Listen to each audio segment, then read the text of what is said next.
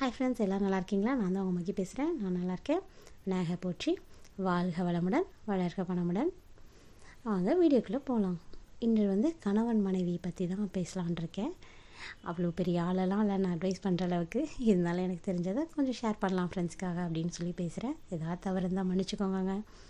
ஆக்சுவலாக கணவன் மனைவிக்குள்ளே ஒரு அன்பு இருக்குது. அங்கே எப்போ பிரச்சனை வரும் அப்படின்னா, ஒரு புரிதல் மிஸ் ஆகும்போது அந்த இடத்துல யாராவது ஒருத்தர் கண்டிப்பாக புரிஞ்சுக்கணும். 2 பேருமே புரிஞ்சுக்கலனா தான் அங்கே பிளவு ஏற்படுது.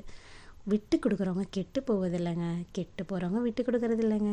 கண்டிப்பாக கணவன் புரிஞ்சிக்கல அப்படின்னா மனைவி விட்டு கொடுங்க, மனைவி புரிஞ்சிக்கலன்னா கணவன் விட்டு கொடுங்க. ஏன்னா இது பிரிஞ்சு போகிற பந்தம் கிடையாதுங்க. அம்மா அப்பா வீட்டில் கூட கொஞ்ச நாள் தாங்க இருப்போம். சாகிற வரைக்கும் கணவன் கூடயும் மனைவி கூட தாங்க இருக்க போகிறோம்.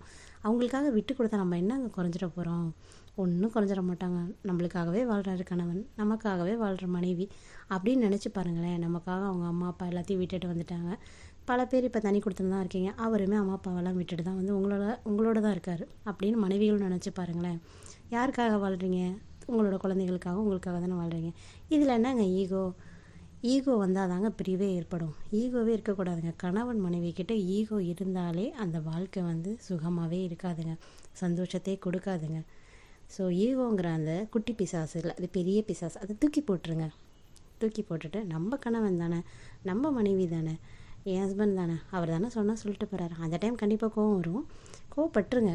அதுக்கப்புறம் மன்னித்து மறந்துடுங்க. அப்படி வாழ்கிற வாழ்க்கை ரொம்ப சந்தோஷமாக இருக்குங்க. ட்ரை பண்ணி பாருங்கள் ஃப்ரெண்ட்ஸ். நெக்ஸ்ட் வீடியோவில் பார்க்கலாம். பாய். நல்லா இருப்போம், எல்லோரும் நல்லா இருப்போம்.